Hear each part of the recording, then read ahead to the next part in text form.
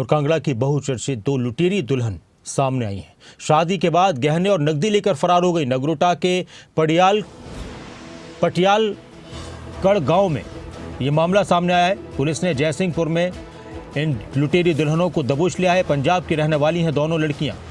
ये शादियां करती हैं और शादी के दूसरे दिन या पहले दिन ही गहने लेकर फरार हो जाती हैं और कई लोगों को उन्होंने ठगा है, कई लोगों को उन्होंने लूटा है और पूरे क्षेत्र में इन लुटेरी दुल्हनों की चर्चा जारी है।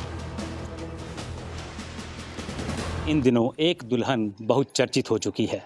इस दुल्हन का काम था शादी करना और गहने चुराकर भाग जाना।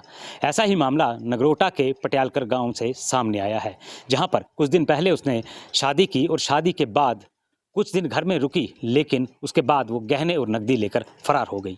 उससे पहले की दास्तां आपको बता दें कि कुछ महीने पहले नीरज कुमार, जो इसी गांव का रहने वाला है, उसकी शादी भी पंजाब की ही एक लड़की से की गई थी और उस लड़की से शादी करने के भी पैसे दिए गए थे। यानी कि पैसे देकर के दुल्हन जो है वो घर आई थी, उसको शादी कराने के लिए पैसे मिले थे, लेकिन उसका रवैया ठीक नहीं रहा और उसने सास ससुर के साथ मारपीट की, साथ ही साथ घर से नकदी और गहने भी लेकर के फरार हो गई।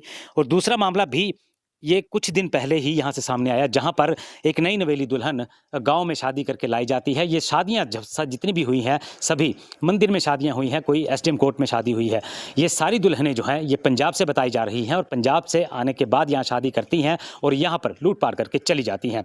गनीमत ये रही कि जो नीरज की पत्नी थी वो घर आने के बजाय तीसरी शादी करने के लिए जयसिंहपुर पहुंच गई, जहां पर लोगों द्वारा उसको पकड़ लिया गया। पुलिस भी मौके पर पहुंची और उसके साथ 5 लोगों को और गिरफ्तार किया गया है। यानी कि दोनों लुटेरी दुल्हनों को पुलिस ने अपनी हिरासत में ले लिया, उनसे पूछताछ भी जारी है। लेकिन अब बड़ा सवाल तो ये खड़ा होता है कि चंद पैसे देकर के शादी करना क्या सही बात है? क्या शादी के लिए पैसे लेना सही बात है?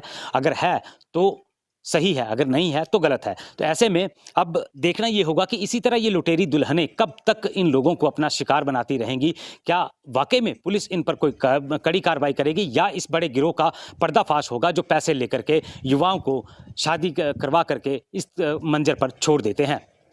नगरोटा से कैमरामैन राजकुमार कौंडल के साथ मनोज धीमान, खबरें अभी तक।